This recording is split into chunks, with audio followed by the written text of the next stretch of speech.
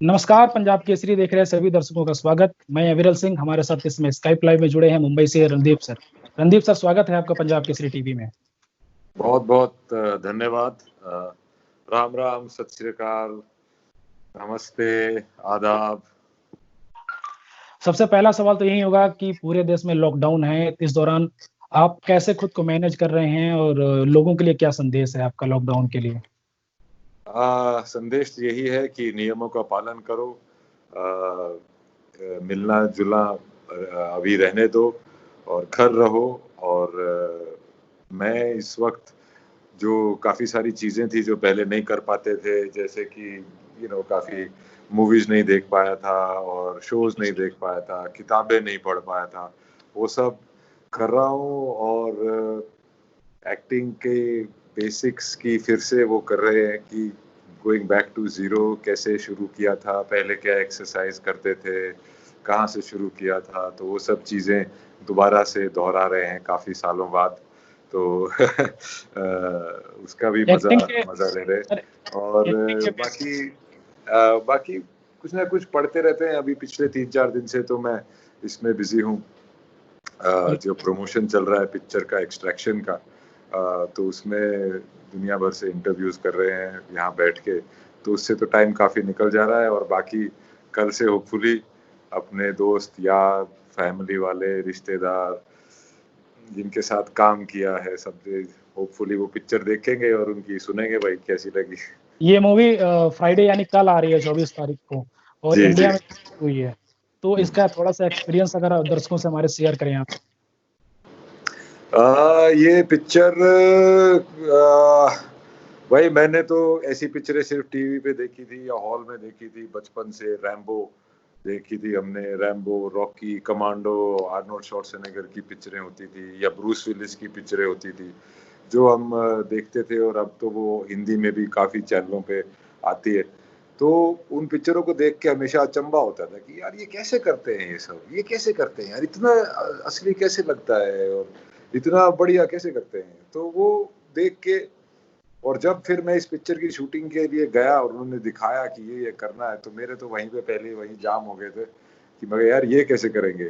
फिर धीरे धीरे उन्होंने एक एक घुसंड, एक एक लात, घुसा, चक्कू, बंदूक, उस पे ट्रिगर पे कब उंगली रखनी है, लोड कैसे करनी है, एम कैसे करनी है।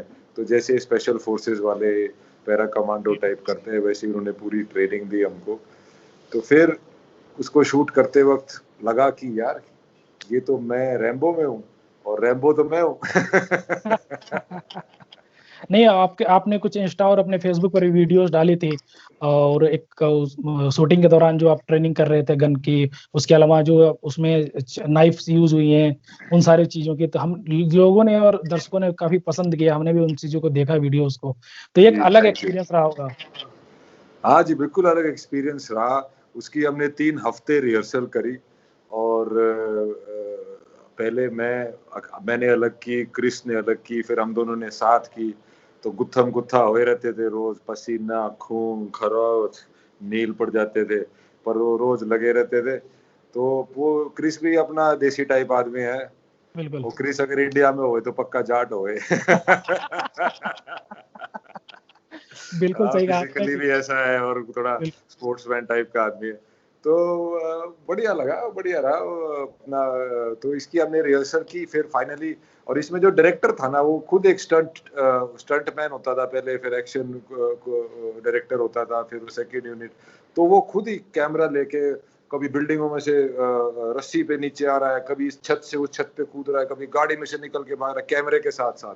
क्योंकि इसमें एक 12 मिनट का एक शॉट का सीन है जिसमें वो पता नहीं कहाँ कैसे, मतलब अचंभित करने वाली चीज है वो।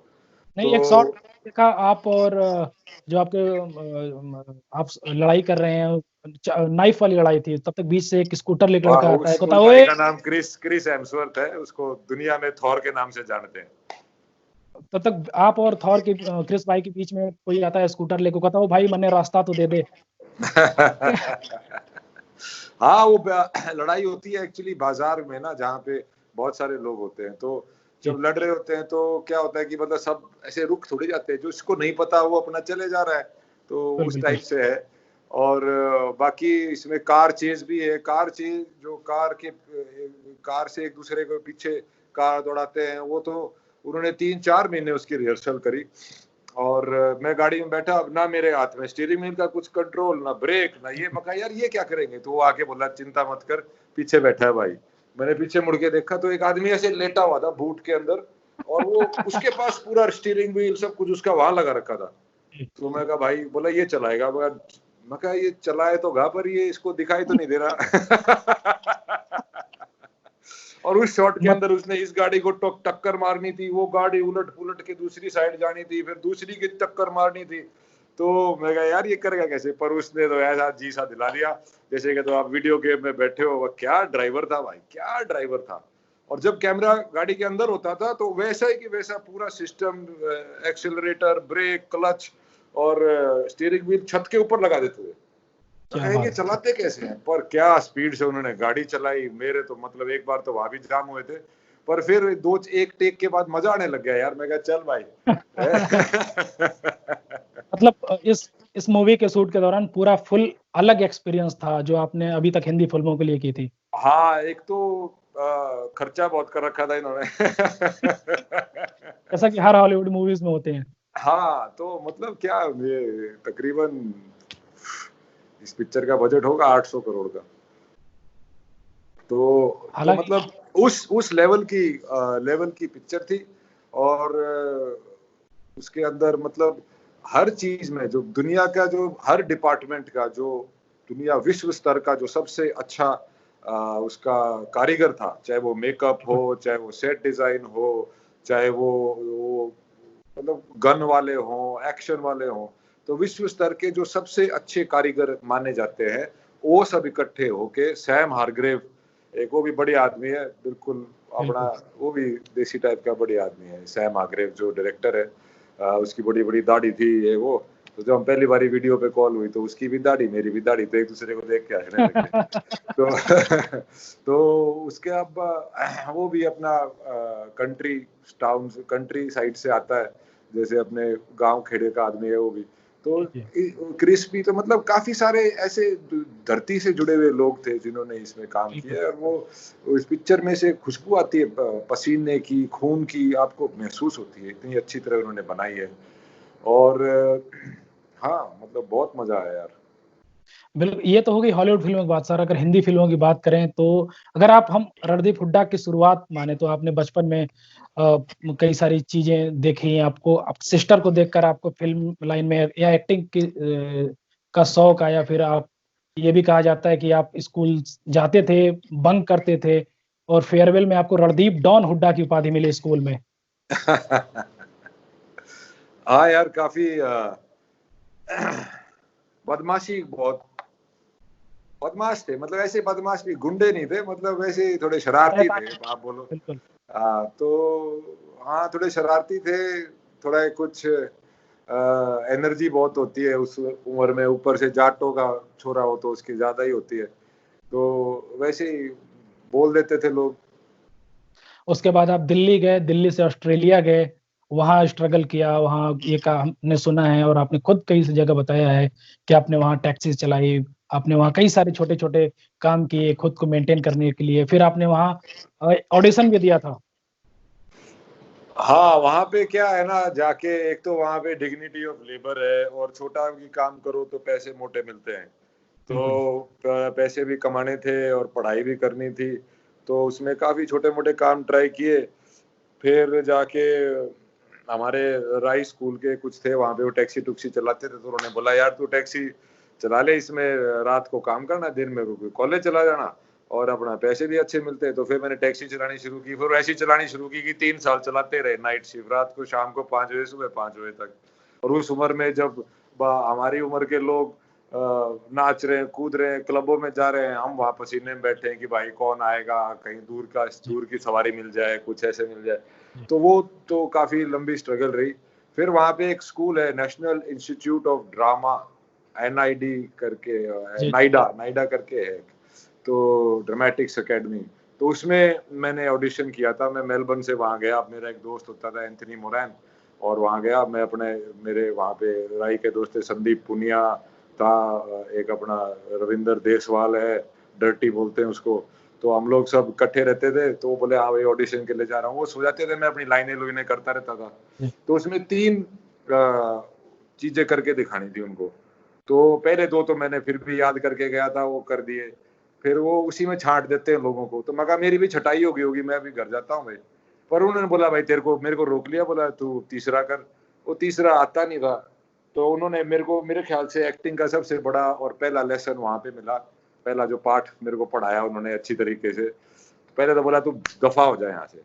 मैं कहा क्या मतलब? बोला एक्टर का सबसे बड़ा हथियार होता है उसकी प्रिपरेशन। क्या बात सर। तो जो तुम्हारे अंदर कितना भी टैलेंट हो, अगर तुम तैयारी नहीं करोगे तो कुछ नहीं मिलने वाला।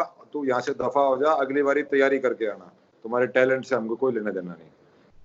मैं चला गया, तो मैं ये फिर भी वापस नहीं गया वहां पे। हाँ, ये भी सुनने में आता है कि 3000 में से सिर्फ आप 30 लोग सेलेक्ट हुए थे।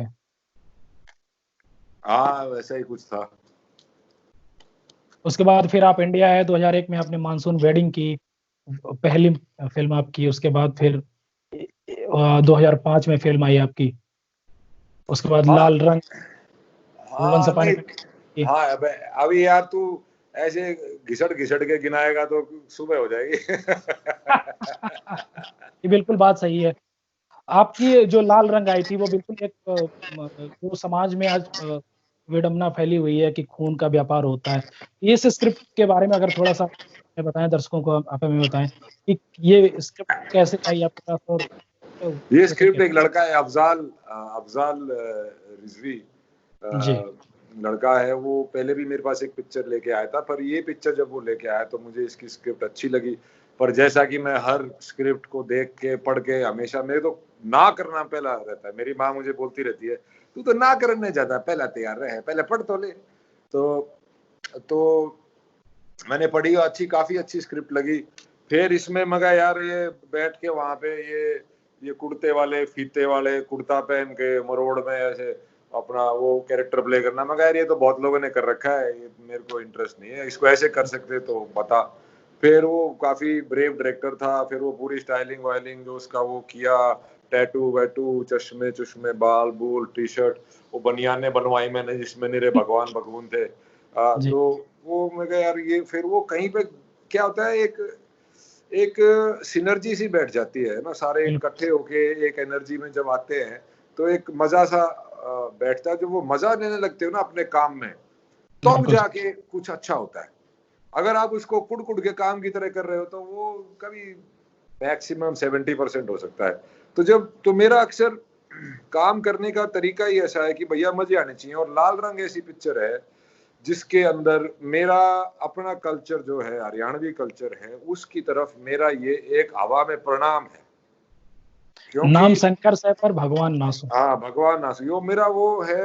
वहां के जैसे लोग होते हैं, जो एटीट्यूड होता है, वो हिंदी फिल्मों में क्या दिखा रखा है ना कि वो बड़े ही मतलब विलन टाइप के होते हैं और ऐसे होते हैं, अक्खड़ होते हैं। यार हमारा सेंस ऑफ ह्यूमर, हमारी जो जो सभ्यता है, जो हमारा एक अक्खड़पन है, एक राम भरोसे और मस्त मौला भी एक वो है, तो वो मैं दर्शाने की इस कैरेक्टर में डायरेक्टर की लिखाई से और डायरेक्टर की डायरेक्शन से ये वहां तक बात पहुंची। तो बिल्कुल मेरा ये हरियाणा की तरफ हवा में प्रणाम था भाई। इसने ले लो, अब देख का बेरा नहीं है, भाग्य कद होगी दूसरी हरियाणवी पिक्चर या हरियाणवी तो ना थी, मतलब हरियाणवी लैंग्वेज में।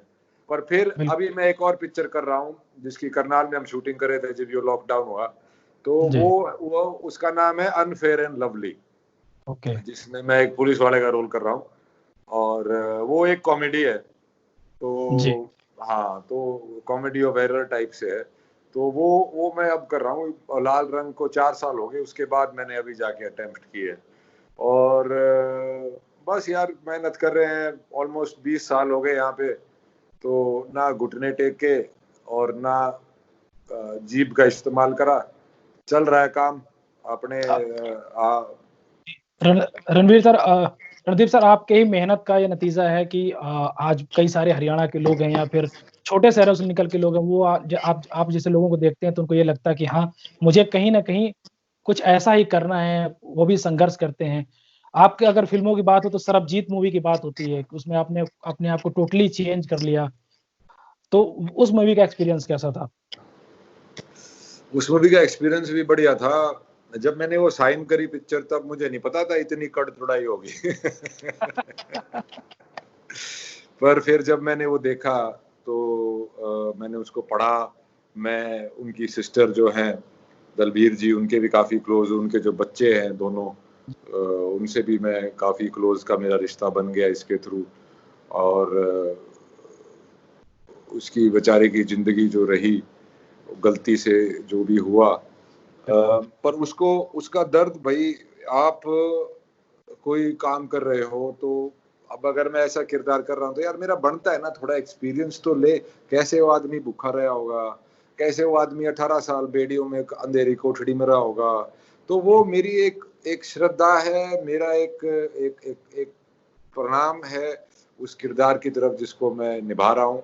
तो उस चक्कर में फिर बाद में लगा, मैं कहा यार ये अगर इतनी वो हुआ और मैं हट्टा कट्टा, मैं 95 किलो का था उस वक्त, ऐसे जी। दिखूंगा तो मैंने कहा यार बिल्कुल विश्वास नहीं होगा लोगों को दर्द समझ में नहीं आएगा कि क्या हुआ था। फिर उसकी प्लानिंग की गई कि भैया कैसे कैसे करेंगे। तो शुरू में वो मेरे नॉर्मल वाले यंग वाले जो सीक्वेंस थे वो शूट करने वाले थे, तो मैं अपना खा पी रहा था। फिर उन्होंने बोला पता नहीं क्या हुआ, बोला यार हम पहले ये शूट करेंगे।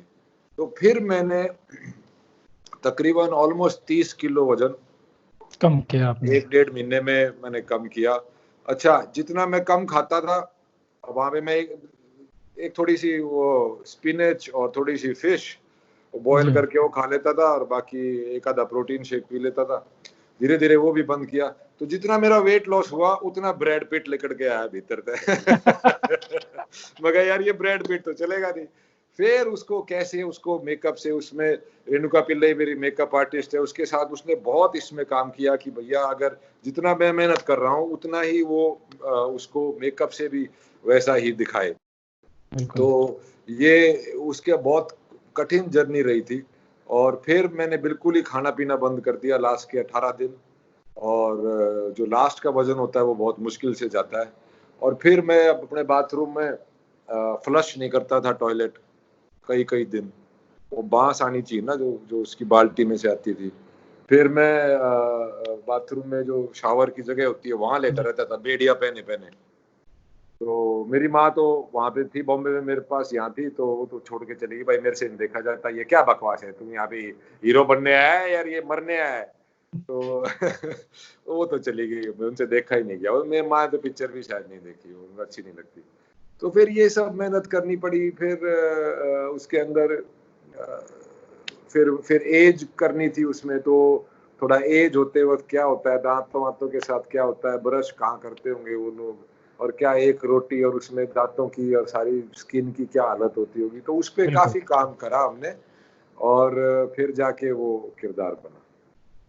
अगर बात करें लॉकडाउन की, तो सर आप लगातार सोशल मीडिया के जरिए लोगों से अपील कर रहे हैं, लोग घर में रहें। हमने आपका वीडियो देखा कि आप हरियाणवी में भी लोगों से अपील कर रहे हैं, हिंदी में भी अपील कर रहे हैं, लेकिन लोग सुन नहीं रहे हैं।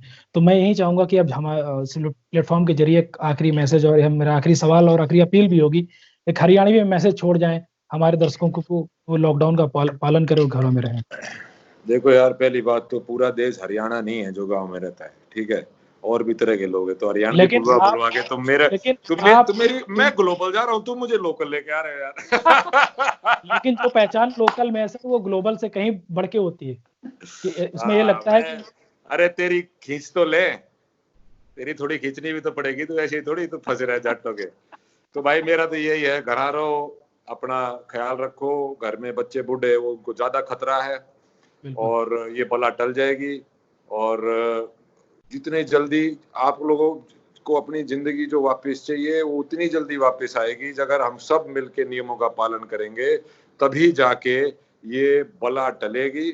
तो मेरी यही एक प्रार्थना है, भाई घर रहो, अपने घर वालों के साथ रहो, उनको जानो, अपने बड़े बूढ़ों से कहानियां सुनो, पहले कैसे हुआ करता, बच्चों को सुनवाओ, और सबका प्यार से रहो, झगड़ा मत करो। और ना तो फिर पुलिस वाले बैठे हैं बाहर, तुम्हें प्याओगे लट। क्या बात। रणदीप सर, हमसे जुड़ने के लिए बहुत बहुत धन्यवाद, इतने प्यारे मैसेज के थैंक लिए यू, और सारे एक्सपीरियंस के लिए बहुत बहुत शुक्रिया आपका। Thank you, thank you.